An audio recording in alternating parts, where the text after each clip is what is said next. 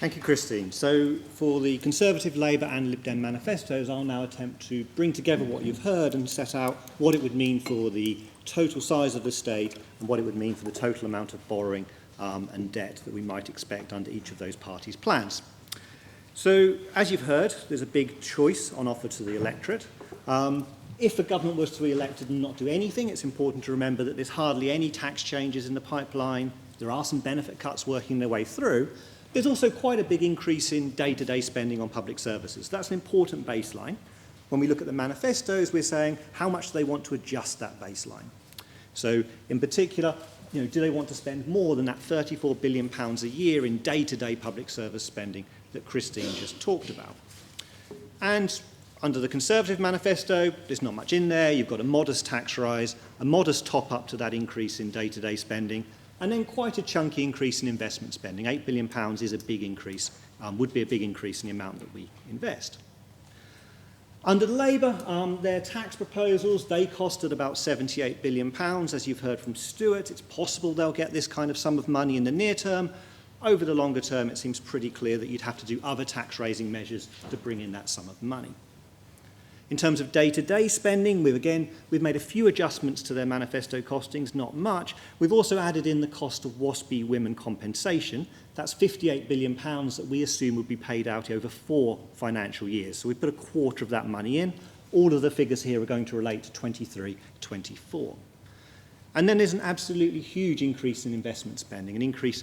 Labour wants to get that up to an average of £55 billion a year over the next 5 years. We're going to assume that it increases gradually, so they don't manage to spend all the money in the early years of the Parliament, but we're going to assume that in 23-24, they do manage to spend the whole £55 billion in that year that they want to. But of course, over the Parliament as a whole, they'd be underspending their investment plan. Under the Liberal Democrats, again, these are the figures for 23-24. The Liberal Democrat manifesto focuses on a year after that, so there would be bigger spending increases coming in the 5th year of a Liberal Democrat Parliament. But for the 4th year, you see pretty big increases in tax, similar-sized increases in day-to-day spending, and also a big increase in investment spending. It's actually a very big increase in investment spending. It only looks small when put relative to that Labour increase. Now, we're taking the manifestos at face value and in particular focusing on those costings documents.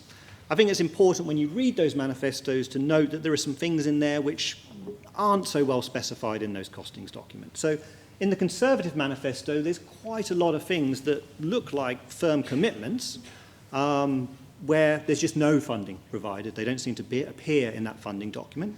And in some cases, such as the upgrade to the further education estate, which the Conservatives think will take 5 years and they'll spend £2 billion, they've only found £0.8 billion over the first 4 years. So there's more money clearly needed to be found if they are going to meet that pledge. The Labour costings document excludes some things too. It excludes the revenue that they would raise from their windfall tax. It excludes the revenue they would get from the Inclusive Ownership Fund, which Stuart talks about. It also excludes the spending that those the revenues from those taxes would be dedicated towards. The costings document doesn't mention the WASPI compensation. That is a huge sum of £58 billion. And as I say, we're going to assume that that's spent over 4 financial years. And the manifesto also commits to retaining a state pension age of 66 with no further increases. That has a huge long-run cost. I'll come back to that at the end of this talk. When thinking about the outlook for the public finances, one crucial thing to think about is what's going to be the outlook for growth. So we start with the Bank of England's forecast produced earlier this month, what they think is going to happen to growth over the next few years, and we make some adjustments. So one thing we adjust for is the extra investment spending that all 3 parties are going to make. When you boost investment spending, you will boost GDP. And for that, we simply take the OBR's multipliers, which for 23-24, the year which we're focusing on, imply that in Labour's case, who's got the biggest increase in capital spending, that £55 billion boost to capital spending would add £22 billion to GDP. You'd get about half of that back in terms of lower government borrowing, we reckon. That's actually a bigger number than what the Labour Party manifesto is banking on in that year. I think it's worth noting there's a whole set of Labour policies, some of which you've heard about from Stuart, some from Rob, which you may think have many attractions. You may want to do them because you like the redistribution that they would lead to. You might think they would lead to a fairer society. but they certainly would come at the risk of reducing growth going forwards. The increase in corporation tax revenues, the increase in labour market regulations, plus things like that inclusive ownership fund. So we think they're the kind of packages of measures which, with some attractions, might well risk reducing growth, and we don't allow in our numbers for any reduction of growth from those measures. It's very, very hard to come up with a credible number of what impact they might have. As you've heard, much of the devil will be in the detail. And I think whoever wins the next election, it's important to remember that whatever policies they pursue, it's not that how the economy turns out will be as a direct result of those policies.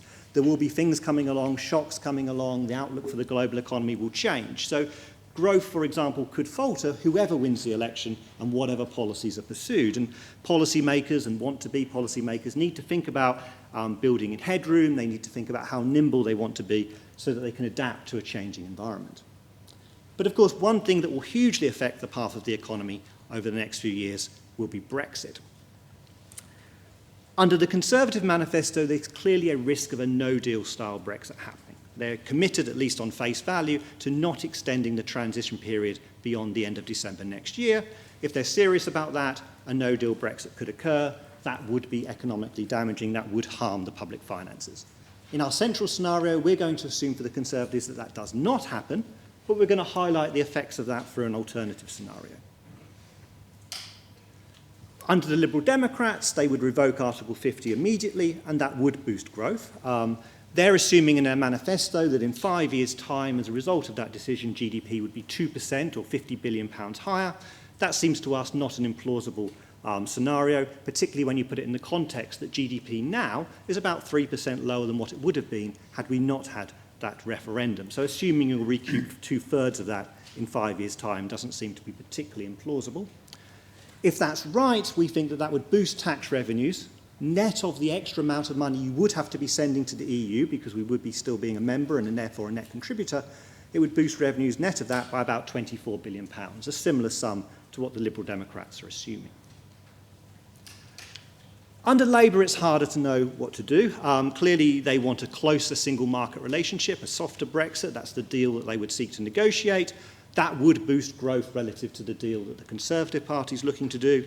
And of course, under Labour, there'll be a referendum, and it's possible that we would end up remaining in the European Union. So you can clearly argue that that would boost growth relative to the Conservative scenario. Hard to quantify how much.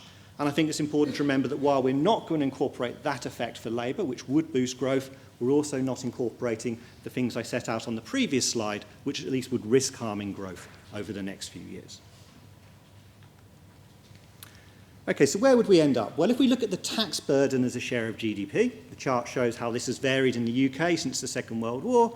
You can essentially see the offer is that the Conservatives would keep this tax burden at its current high level, the Liberal Democrats would increase it, and Labour would increase it further. And in fact, Labour would increase it to a level that we just haven't had in the UK ever before.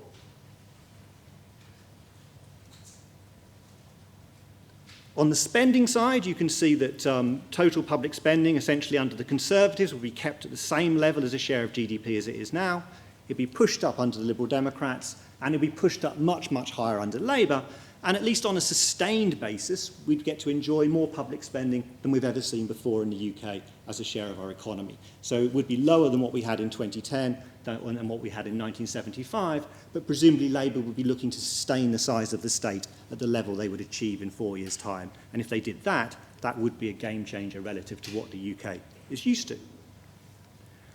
But it's important to remember it wouldn't be so unusual by international standards. So here I've got a whole list of advanced economies. I'm not going to expect you to read all of those countries. You can see that at the moment the UK is in the sort of middle, bottom half of that league table in terms of size of state as measured by public spending as a share of GDP. We would be pushed up under the Conservative and the Lib Dem offer. We'd be pushed up a lot under that Labour offer. Where we would be essentially is around a whole load of Western European economies. We would still have public spending lower than what you see in Germany. So in terms of the size of the state, the UK would be a country that for an English-speaking country had a very, very big state, but for a Western European country did not have an especially large size of government. And where would a lot of that money be going? Well, one of the standout things is the Labour and Lib Dem promises on investment spending.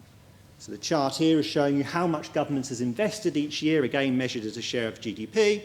Under the Conservative offer, that light blue line at the bottom, excluding that peak in the financial crisis, they would be delivering a level of investment spending which is actually pretty high by anything we've seen in the UK over the last 40 years.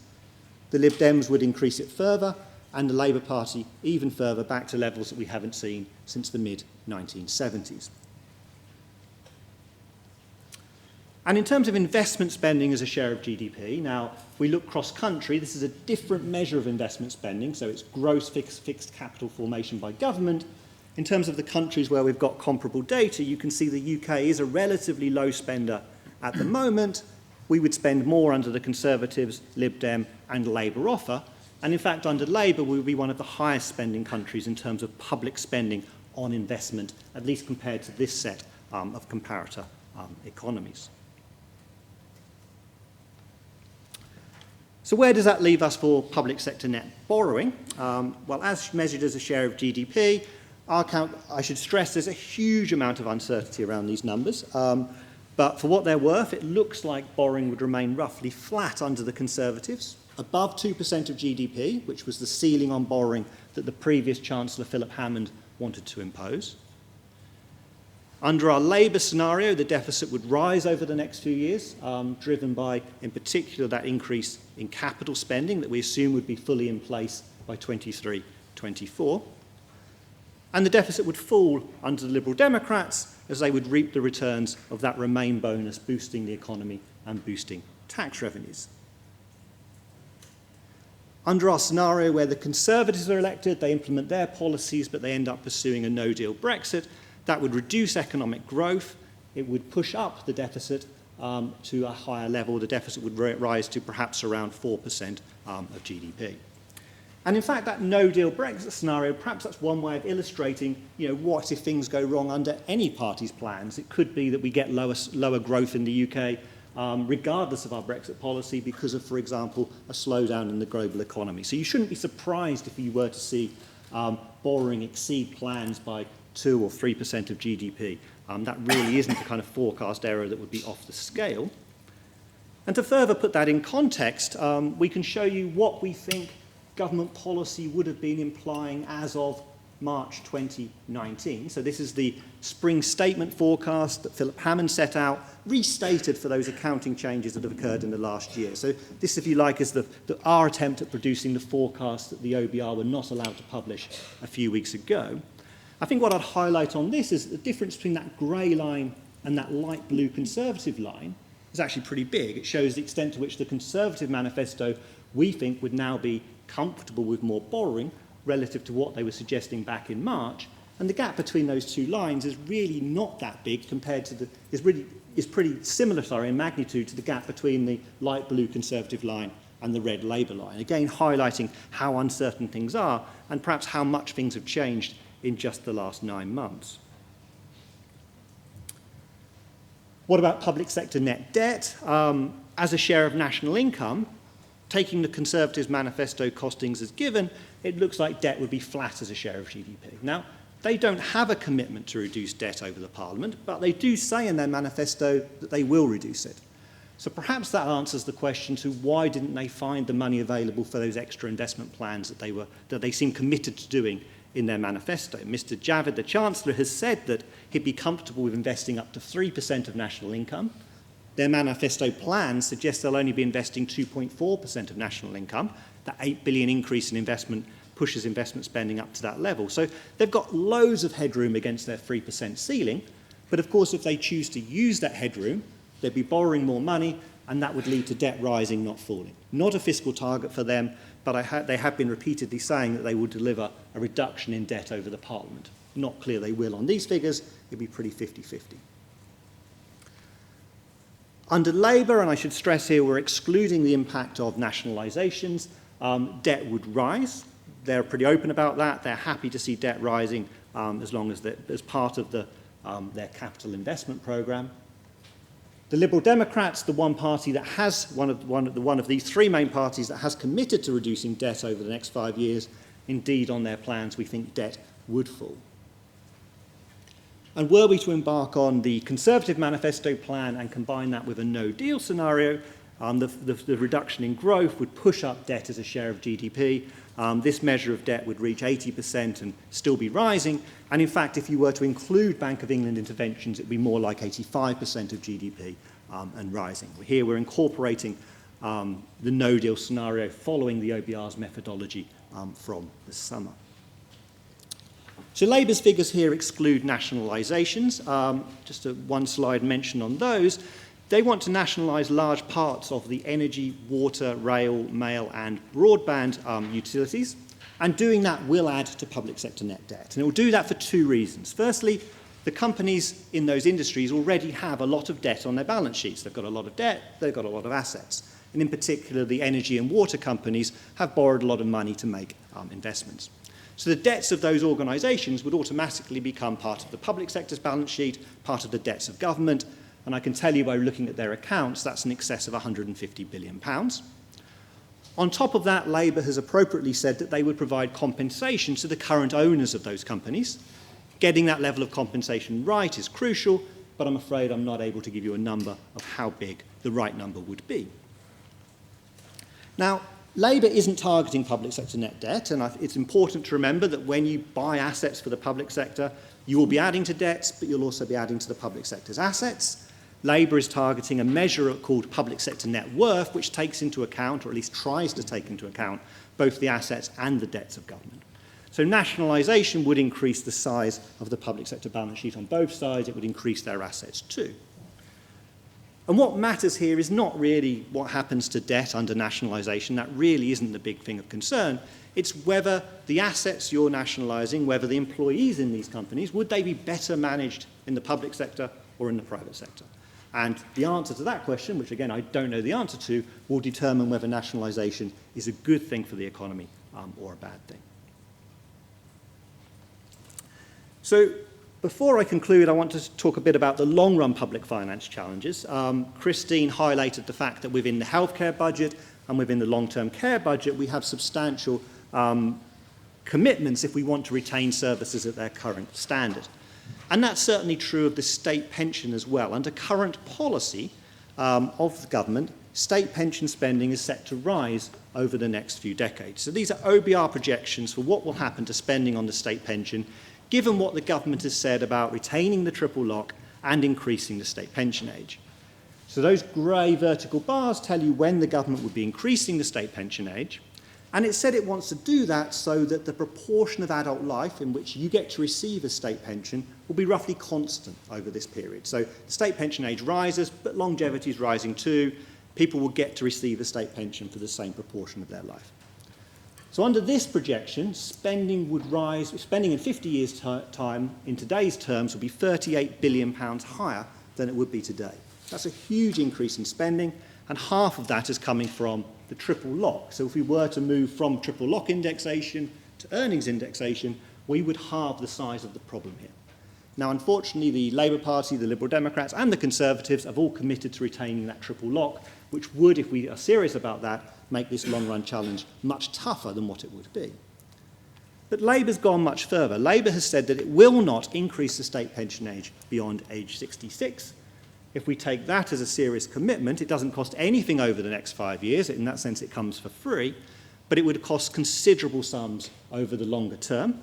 And in 50 years' time, it would add a further £24 billion a year in today's terms to the price of the state pension.